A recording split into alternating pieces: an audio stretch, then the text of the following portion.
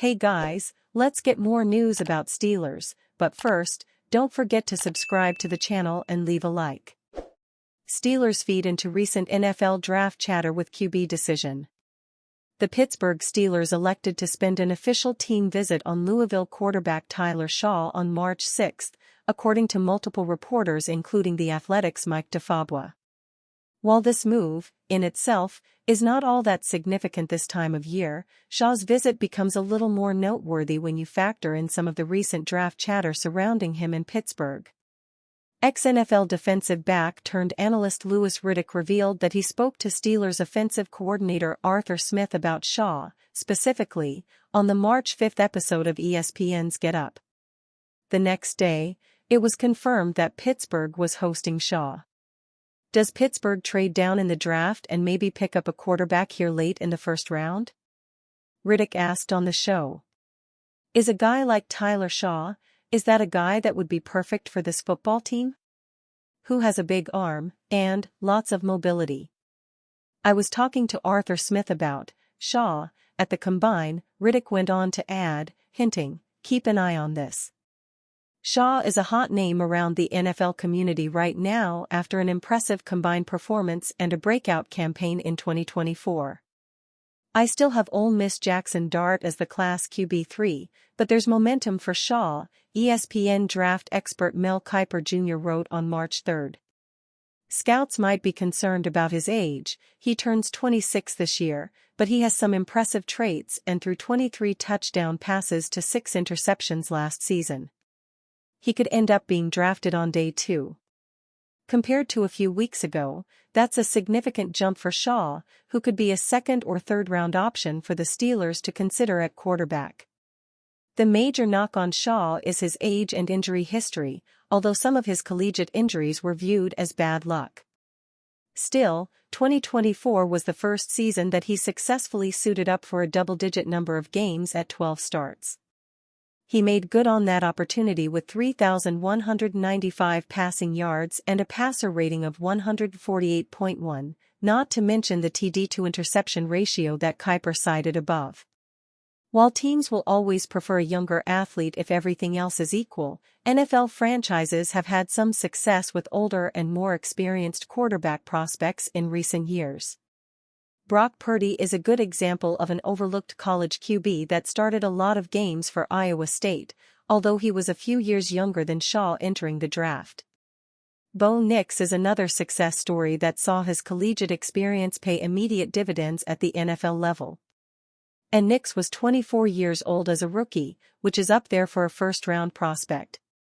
Shaw shares that similar strength according to the 33rd team's draft expert Kyle Krabs, who described him as a mature developmental quarterback.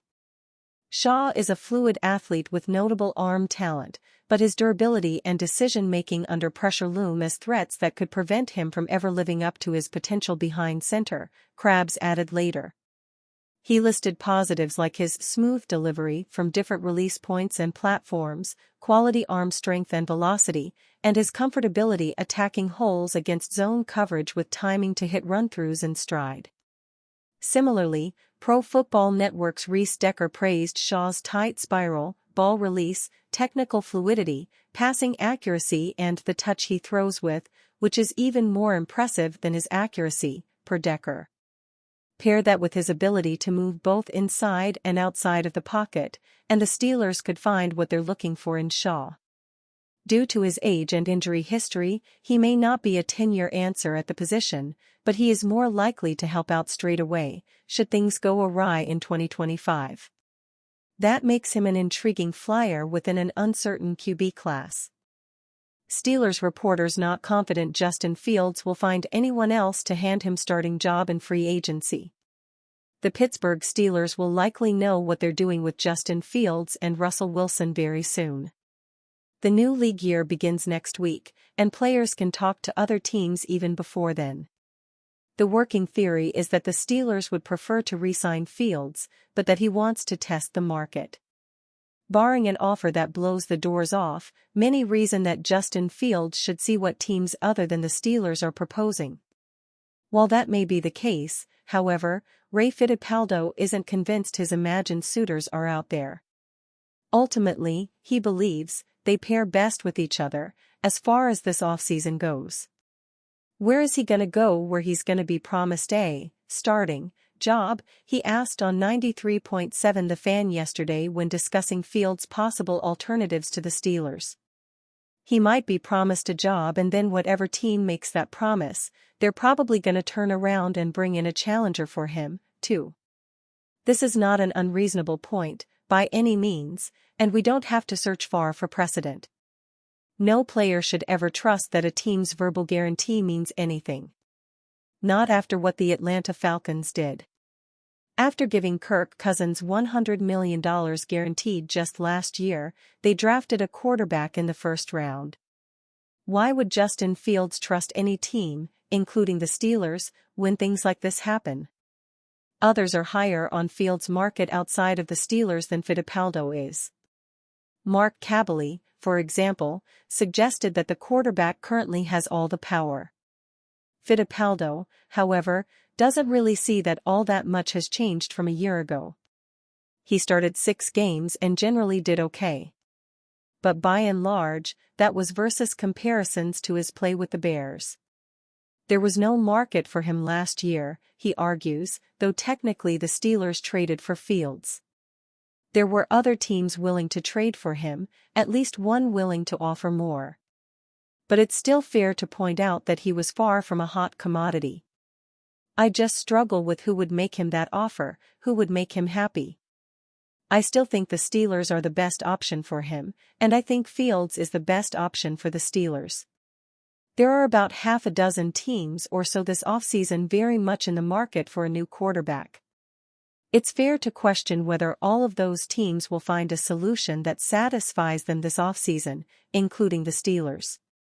And I think it is fair to wonder if, in a stronger market, we would be thinking of Justin Fields as much more than a Tyrod Taylor.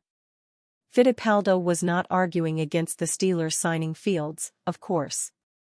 Rather, he was offering skepticism that other teams will view him as highly as the Steelers do. Fields may be biding his time now, waiting to see his market, but he may come away disappointed.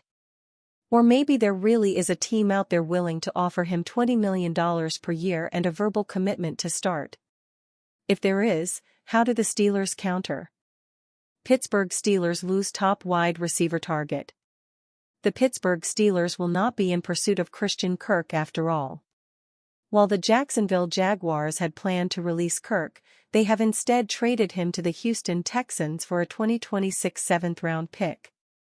It makes sense from the Jaguars' perspective, as it gives them even more cap room than if they would have outright released him. Meanwhile, the Steelers, who had an interest in pursuing Kirk, will have to turn their attention elsewhere. Since they cleared $5 million in cap space with Cole Holcomb's restructured contract, they could make that wide receiver move right now. But their attention will likely turn to players like Darius Slayton. Slayton is their top free agent target, and the team has vowed to fix that room going into this year. Kirk is a nice player, but he could not have been the only move for the Steelers. Just 1101 receiving yards and mounting injuries over the last 2 years are a significant concern. His yards per route run over those seasons is a solid 2.1, though, so there is talent there. However, the Steelers wanted to sign him at their price rather than pay what his contract entailed in a trade scenario. And you fan? What do you think about the situation of Christian Kirk? Write to us in the comments.